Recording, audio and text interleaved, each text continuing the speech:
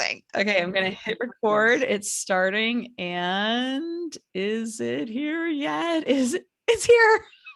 Yay, recording. Maggie and Abby, I'm so happy to welcome you to the Beautiful Voyager podcast.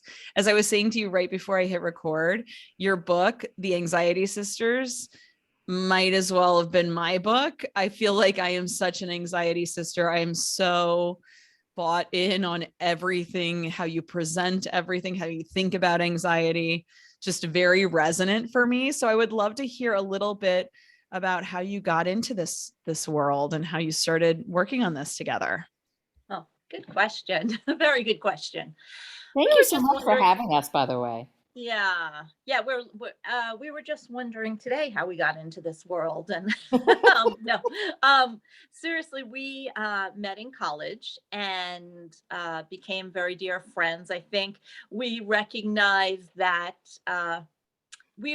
each other as struggling with anxiety, even though we did not have the words for what that thing was, but we'd have all these long talks. Me too. We didn't know what that thing was, but we recognized the struggle and stayed very close after college when we became each other's touchstone, really, because both of us at different times over the next 20 years really struggled with anxiety, and so we often call this like the first decade or second decade out of college. I often call the decade of the is. And it was like we felt so bad that we went around to all these is to try to get help. So it's like the therapist, the psychiatrist. Oh my God, relatable. The so gastroenterologist. Yep. Hypnotist. Past life regressionist, whoever we thought offered a glimmer of hope and wanted to take our money. No, some of them were actually very helpful. I have to say, some of them were very helpful. So it wasn't. Some of them were not. Me too. I mean, same journey.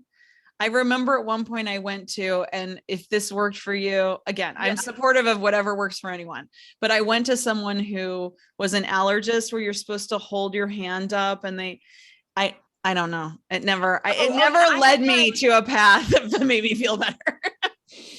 I had my acid alkaline and my tongue tested, and nothing is wrong with any of that. It was more that we were both grasping at straws to try to because we really didn't always know what was going on, and we could not believe when people told us this could be anxiety. Let's face it, the anxiety makes you desperate. It does. But it brings you to your knees. Well, Anne, did you ever have the experience, just because I feel like you're both kindred souls, that you were just searching, always like competent and searching, like I can find an answer. I'm just going to keep looking. I can find an answer. Yes. And no one ever suggested to me that it was anxiety, by the way. So you were a step ahead, even if people were mentioning that. It took us a lot to get to that point. I don't want to say people said it was anxiety and then that was off. Because the whole thing was both of us had such physical, like most people with anxiety, it felt so physical, your stomach or your heart or whatever it feels, or it feels like allergies. It feels like all those things. So it took a long time for people to start to say, or a therapist to start to say, hey, this may be anxiety. And then for us to believe them. I mean, I cannot underscore enough how resonant this is, how this is my experience. I was 40 when I was diagnosed with generalized anxiety disorder. I spent a lifetime of migraines, tingling limbs, nausea. How many times did I say, I feel nauseated? No, I'm not pregnant. I feel like I spent my entire 20s being like, I'm nauseated. And lightheadedness, fainting, like all these things, right? But for me, I went to 5 therapists, no one ever spotted it. So I just find this very interesting that we had this very similar path of not knowing. Why did we not know? Well, because I think even more now than when Abby and I at least were struggling.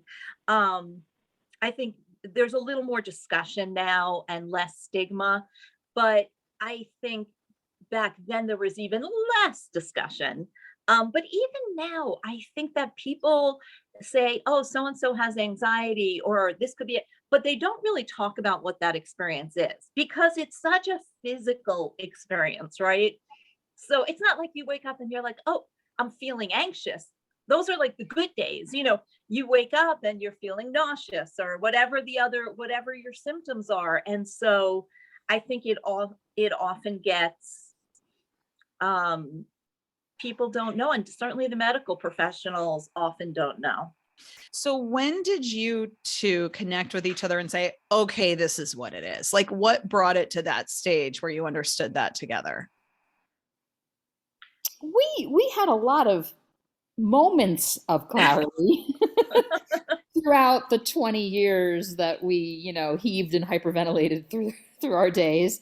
I think we really sort of started to figure it out maybe right around 2000, like the 2000s. So we had already known each other for almost 20 years.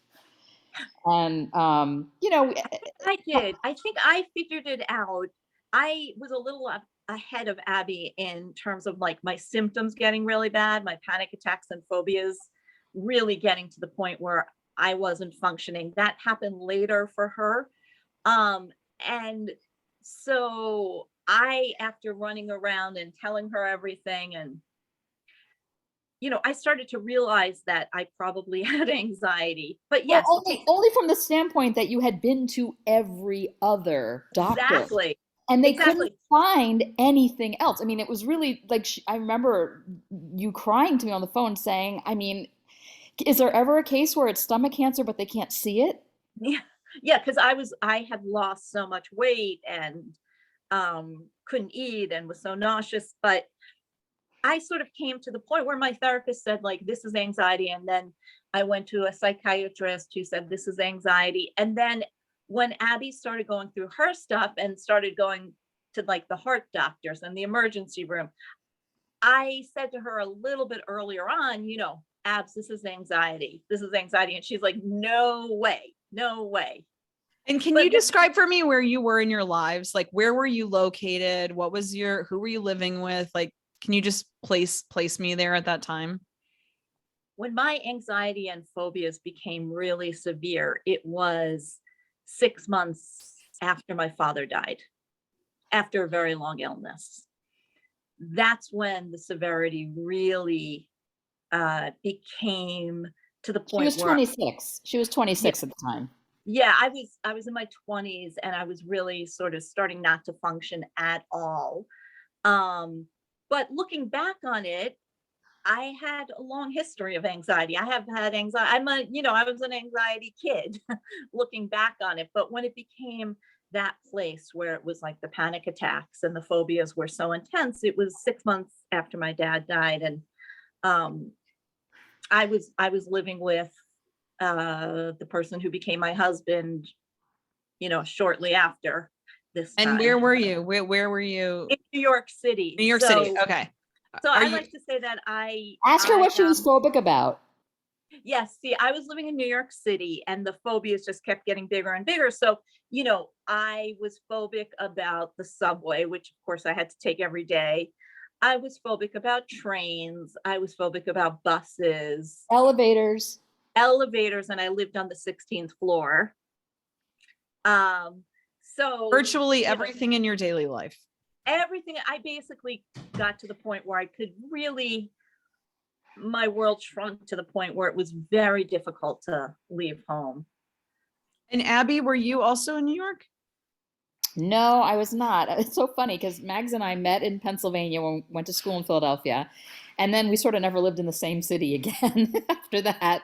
We still live. She's in Columbus, Ohio, and I'm in New Jersey. And so when we get together to work, we literally drive to this place in Pennsylvania that's 4 hours for each of us. But you were in Florida when yours started getting really bad, right? Yes. Well, the thing is that you know, I mean, I look back and I also was an anxiety kid. Yes. And I mean, I didn't really seek a lot of help for my anxiety until I started having panic attacks. Because for me, the panic attacks felt like heart attacks. And so I thought I was dying. So I felt like I had no choice. I had to address this issue because, I felt like I didn't have much time left. So, but what's interesting is that my primary diagnosis is obsessive compulsive disorder.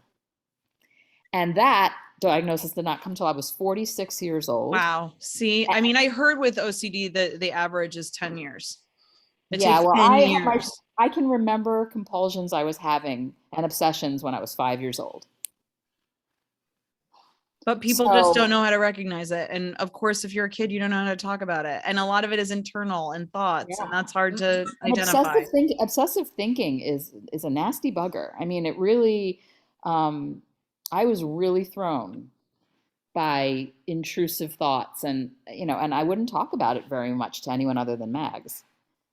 So it was definitely, it's so hard for me to think about an exact timeline for my anxiety because it was always there for me. I think it was probably always there for Mags too in other ways, Oh, yeah. but Yes. we just had this roller coaster. So what about anxiety sisters? Tell me about, like, when did that happen? That story I can tell in a linear fashion.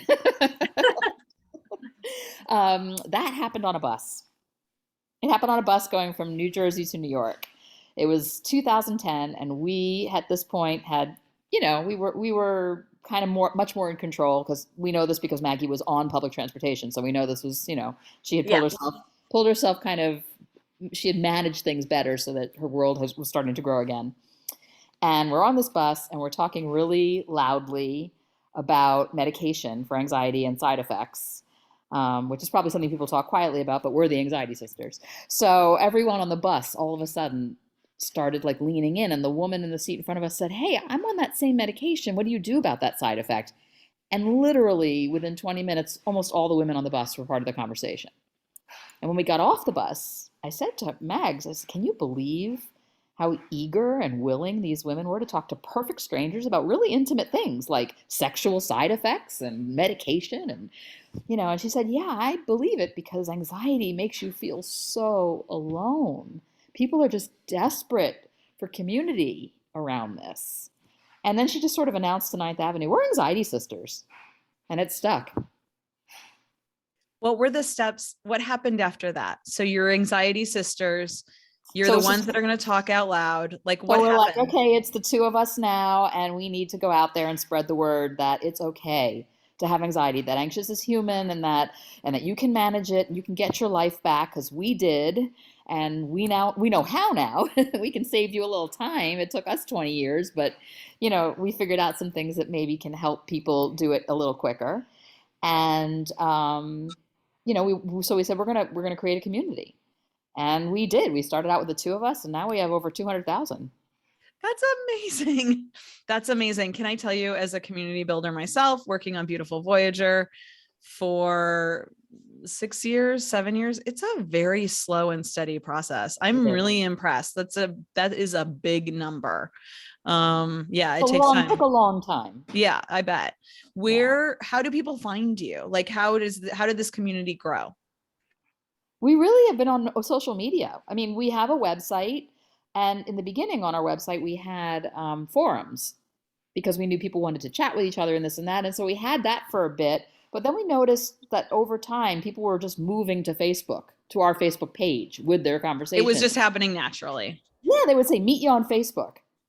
And so we were like, well, do they not want these forums? And so we tried an experiment. We took the forums down and nobody complained.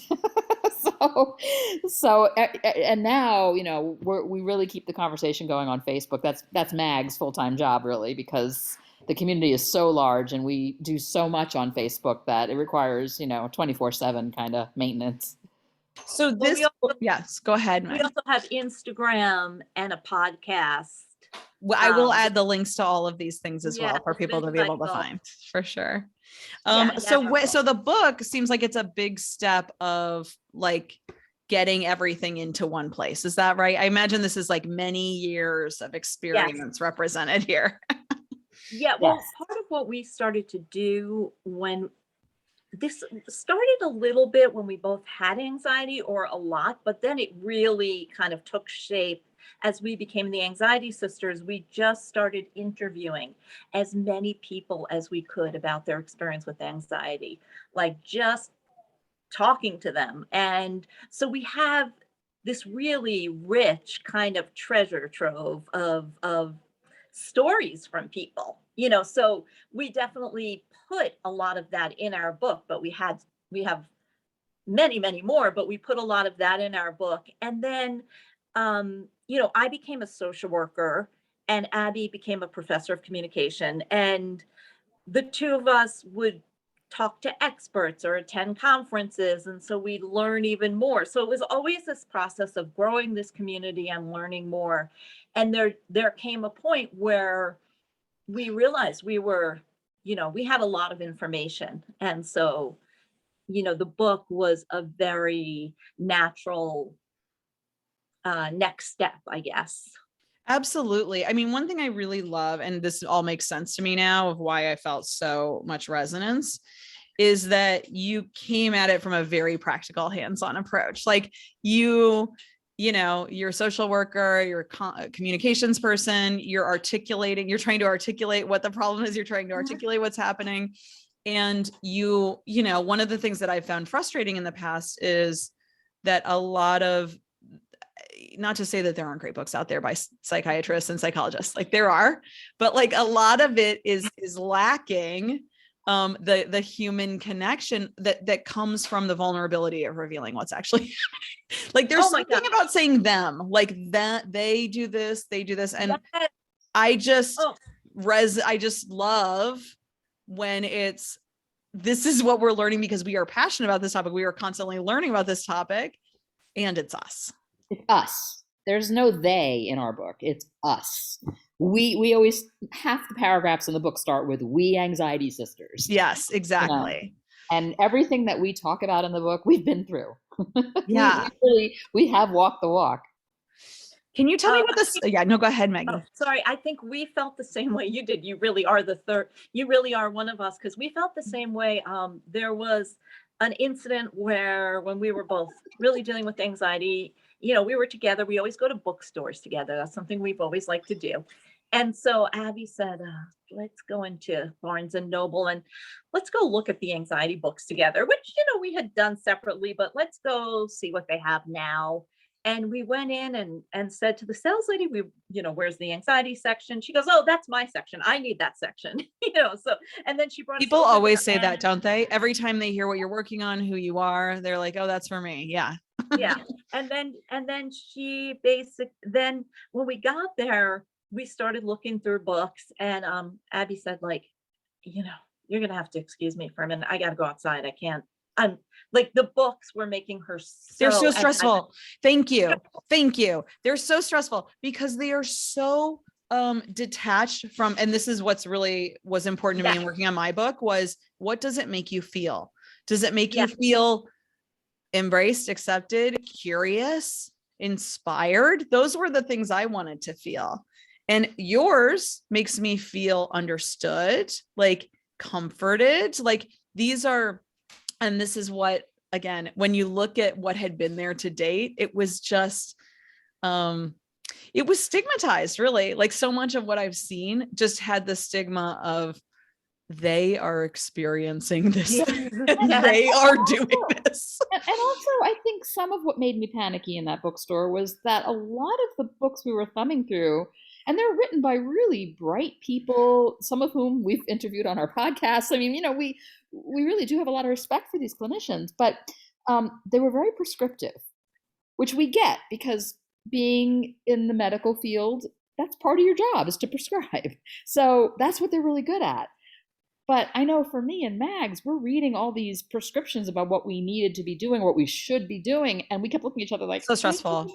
I mean, even just hearing the word should is just such when really the reality is you describe it, and I describe it the same way, is experiments. It's just trying this. Can you tell me about your spin kit, by the way? Sure. So our spin kit, our idea of a spin kit is that we want people to be prepared for it. We believe in prepping for panic, I guess we would say. So we want people to be prepared for their anxiety. And so we always suggest having a little kit with you, like a little bag or whatever you want to keep it in. And it has some things to distract you, some things to soothe your senses, and some things to deal with any kind of anxiety symptoms. And we call that a spin kit. And Abby always says it's like much like the way you would carry an EpiPen if you had an allergy, you carry a spin kit if you're an anxiety sister. And so like my spin kit, I have this right here. I have this little lavender oil with me right now.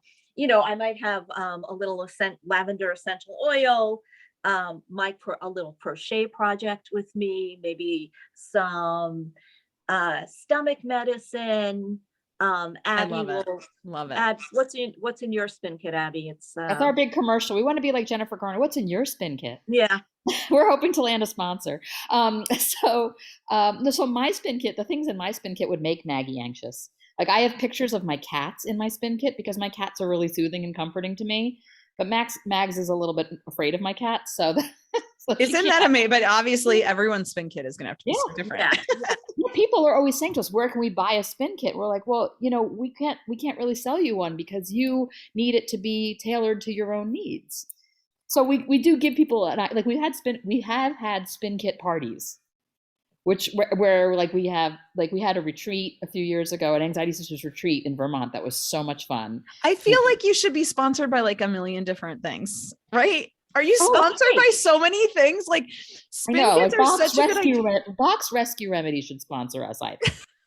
Let's send that out into the universe. But I just feel like the spin kit is a great idea, and people are willing to pay to try to take care of some of these things for sure. Not that you need to. I mean, there are certainly other ways. We want people to have things like, I know one of the things that always really helped ground me when I was sort of floating with panic attacks was having like a strong flavor with me, like a peppermint or lemon drop, something pop in my mouth, and it was like sort of very strong flavor and sort of would ground me, or to have like a cooling towel with me, because I would get very hot as part of my panic. So you can't stop the panic. That's the thing, is you can't stop the panic, but the spin kit will help you ride it out. I love that. I feel the same way. You're reminding me now that I used to have fresh coffee beans in a little container numerous jobs ago. And periodically I just like move them around so they smelled. And it just literally was just trying to create that in my daily life. It's, these little things you're already doing and you just sort of codify it. I had my own spin kit for sure. Yeah. Tell me about Anxiety Brothers. Are they part of the picture? Like what's your relationship with your brothers? We call ourselves the Anxiety Sisters because our experience together has been one of sisterhood. But we always tell people that the Anxiety Sisterhood is for any gender, any type of anxiety. There's no qualification, So actually, at last count, about 30% of our members identify as male. But I mean, like I said, we're open to everything. So that's amazing. That's more than I would have thought. That's impressive. It shows the strength of the community that you're building for sure. We said, anxiety community is not that catchy. So Anxiety Sisters has something to it, and that's our experience, but it's really everybody. Yeah, I mean, I do think when we started this, we thought more about women. Like basically our interviews were more with women at the time, particularly. So that's what you'll see in our book. That's changed a little in the last few years. But I think that was partly because there was still more stigma for men to talk about it. There still is. It's better than it was, but there's still a lot more stigma, for men to reach out and sort of talk about their feelings and know what's going on and go to therapy, unfortunately, although I think it's getting better. Do you ever find it, what's your relationship with Gen Z, the youngsters, and they are living such a different experience than we did Oh, we love when them. it comes to this stuff. So tell me, yeah, do you have a lot of people who are young in your group? Like, yeah, what's that like? They're our favorites. Yeah, we love them. They know so much. Our millennials and our Gen Zers. They know so much, don't Oh they? my I mean, gosh. it's unbelievable. Can you And imagine if we had known this when we were No. married? No. And they also have, so they have a much. lot of pressures that we never had. It's a great point. It's a great Real, point. yeah. Yeah. They have a tremendous, they have a lot of pressures we didn't have. The social media, I think Abby and I always talk about how we wouldn't have handled that well. I think there's so many other world pressures right now that we didn't have. But I have to say that both of us really like working with young people in general. Like, I've worked with college age people as a social worker, and Abby's done that as a professor. So we sort of love that age group. And we also love the fact that, they're coming into the workplace and talking about what they need, like in terms of mental health, that maybe some people in our generation who had different physical disabilities were starting to say, like, oh, I need something wheelchair accessible, or I need, this special stuff so I can hear. But I mean, this generation comes in and they are very frank, I think, about a lot of their struggles. And that's amazing. That's amazing. It is amazing to watch. It is amazing to see how times have changed so much. Can we do a quick medication check? Like, what kind of medication? I'm Lexapro. I actually did go on Wellbutrin as well, just to see if it could like get the edges off some of the Lexapro side effects. What are you? Yeah. That's a good reason for Wellbutrin, although it sometimes makes people more anxious too. I know. Well, yes. But it is a good reason for Wellbutrin. I take Zoloft. Okay. Who's that girl? And I've been on it for a very long time. And Abby's on Prozac, right, Abs? Long time. And so did you ever hear that Sarah Silverman went off her Zoloft and it was like terrible? I mean, she had been on it for so long. Changing medication is not to be done lightly. No, we write about that. Yeah. If we could just say one thing, is please do not abruptly stop any of the medications we've mentioned or anything like them. Any SSRI, like Prozac, Zoloft, or Lexapro, you cannot just go off it. Right. Absolutely. But there's like there's a lot of websites and other places that really people who talk about going off medication, and how most doctors even go too fast in terms of going off medication. It has to be done unbelievably slowly. I mean, I have one of those little cutters. Yes. And it's like sliver, like this sliver's a little bigger, like of going on to it and changing. I mean, it's like that too. Yeah, you need all of that. And there's a lot of good, like, sort of crowdsourced guidance out there. You have to make sure people know what they're talking about. So it's not so easy, but you're right. You're right. It's a very, very slow process. Yeah. What is your dream for your book and the community? Like where you're in such an unusual stage where it's been around, it's mature as a community. Like what would you love to see? I think we both fantasize about having a foundation. Tell me more. Well, we're not really at a place where we're ready for it yet, but we would love to be involved in the policy conversation, like, getting and honestly being able to get help to the people who can't afford it. I asked this question because one of my jobs at Pinterest, I have numerous jobs, but one of them is working in philanthropy. And we specifically have a philanthropy fund for emotional well-being. So I have been working on that. I've been meeting with lots of nonprofits to talk about that. But if you ever see something that you think this needs attention, just what we learned from our community is that, and this is not a surprise to you or anybody else, is that, unless you're living in a major city or a major metropolitan area, there's a real lack of quality mental health care. and people don't have access. We have so many people from parts of this country who do not have access to a psychiatrist or to someone who has any experience with anxiety medication. So one of the goals of a foundation would be to be able to provide, care and funding for these people, because it's important that we all have access to quality mental health care. Mental health care should be preventative. Like everything else in this country, we wait till it's an emergency and then we try to tackle it, and that's too late. We need to be working on this stuff, we need to be giving kids the vocabulary, which now there's some amazing organizations like Active Minds. We are funding Active Minds. I love Active Minds. We sponsor their conferences. I love it. We love them. They're Yeah. wonderful. I love Allison. And they do amazing work. I know. And there's more places like them now, which is great. But and there's the Jed, and there's Trevor, and there's a whole bunch of we also fund Jed and Trevor. These relationships are so wonderful. I'm just getting to know, this is my first year working with these people, but I'm just so thrilled to be working hands-on with some of the change makers in this space. It's true. I mean, we see that, most people are getting medication from their primary care doctor. Because even if you have insurance, the cost of psychiatry is still prohibitive. And then if you can find someone, like even people with insurance, they're on long waiting lists. So unfortunately, primary care doctors aren't often trained, don't have that training. They have many other things, but they don't always have that training. And so they're sort of, giving out medication, and people are not always even getting the full information about the medication they're getting. They don't know, am I on an SSRI?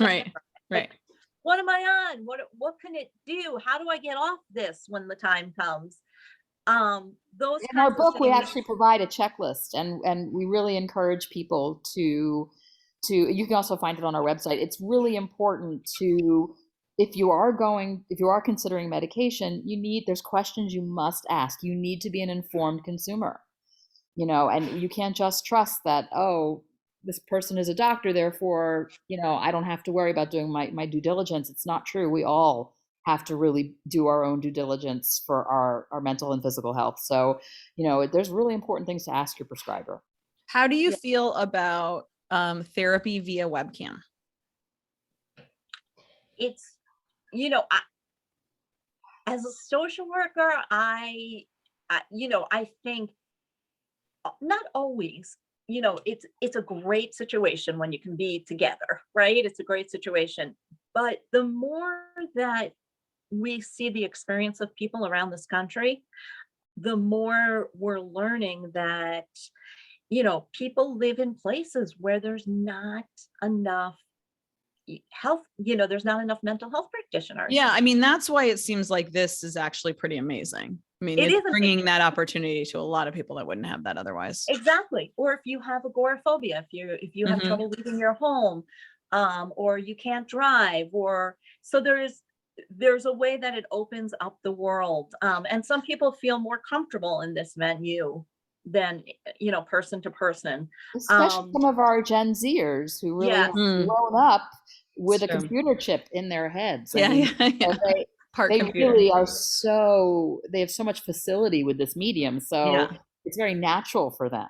Yeah. It's less so for me and Mags. We've gotten, the pandemic really got us, acclimated to Zoom. But before the pandemic, we were all about the live workshop, the retreat. Right. We were always face-to-facers, and that's been a learning curve for us. But certainly the millennials and the Gen Zers, this is something that's much more familiar to them and more comfortable. And we've interviewed a lot of people who've had a fabulous experience with telehealth. That's great. I think like anything else, you need a good practitioner. But a good practitioner on Zoom is really good. Yeah, that's a great point. That's a good thing.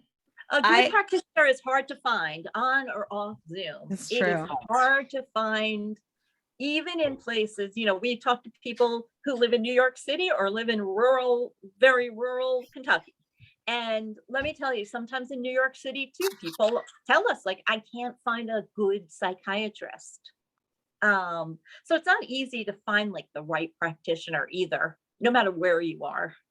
Yeah. I mean, just like finding good people, right? I mean, it's just like all of it. It's like, Yeah. this is my last question for you all. What Don't are, leave. I Yeah, know, I know we're having so much fun.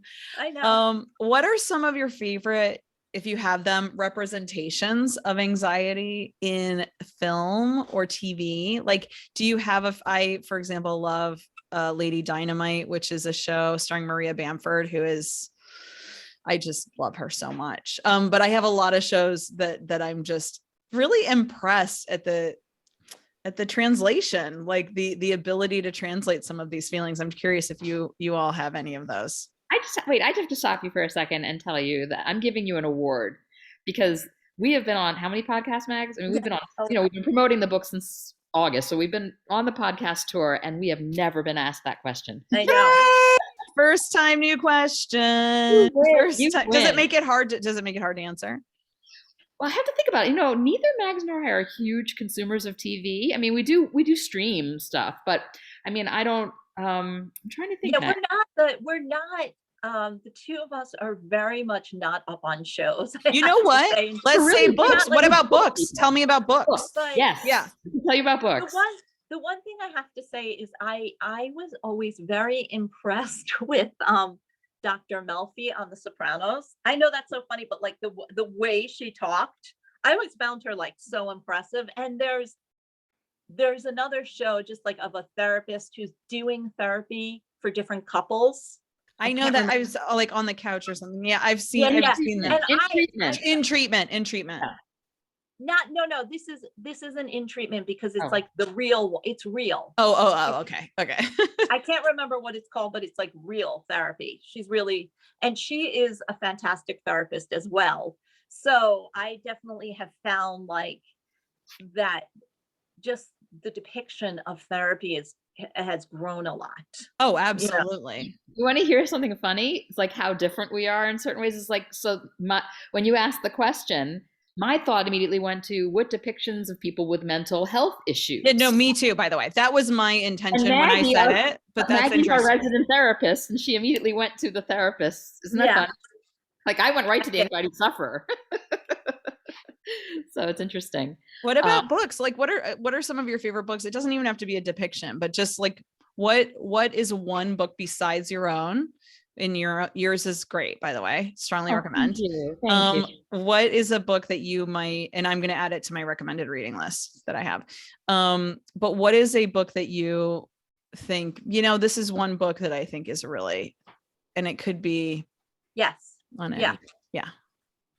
We have probably a bunch between the two of us, but definitely we love, we've both gotten a lot out of Claire Bidwell Smith, who writes amazing. Yes.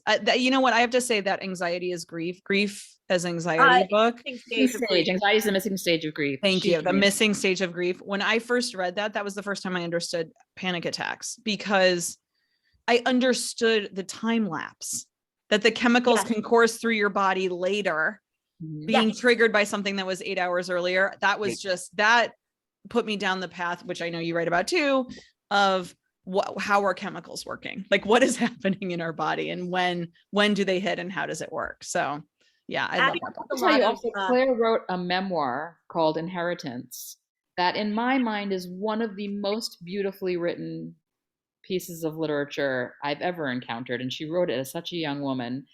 It's to her story of her losing her parents and her sort of her grief and her anxiety. And I thought she just captured all of it in just heartbreakingly breathtaking terms. I mean, I can't even put it in words how good that book is. It's a masterpiece. Well, Abby reads also a lot of neuroscience. So what do you think is like one neuroscience book you'd recommend? I still have to say my favorite neuroscience book I've ever read is that one. I'm remembering her name. It's called The Teenage Brain. And her name is, look it up for me, Mags. Teenage Brain. It's got a red cover. It's upstairs in my office. And I found it. It's it is by wait, it's here, but Frances Jensen and Amy Ellis Newt. Yes, Frances Jensen. That's a brilliant book. That is a book that I read for a neuroscience course that I took at Harvard and online at Harvard.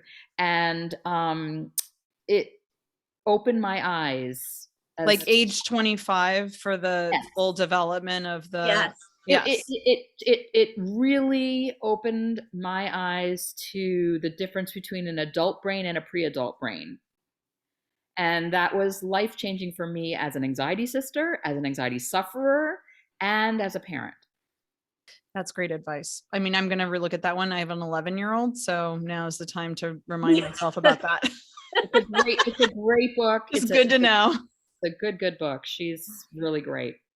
I thank you both so much for taking this time with me today. We loved it. We loved it. You're gonna have to come on our podcast. I would love to. I feel like I knew it. I knew it when I started reading it. I was like, these women know what's happening. These two know what's going on. And I don't feel that all the time. So I'm thrilled to be adding your book to my recommendations list, and so thrilled to get to meet you. Thank you both so much for your time. Oh yeah, definitely. Thank you for having us. We'll be hooking up again. Definitely.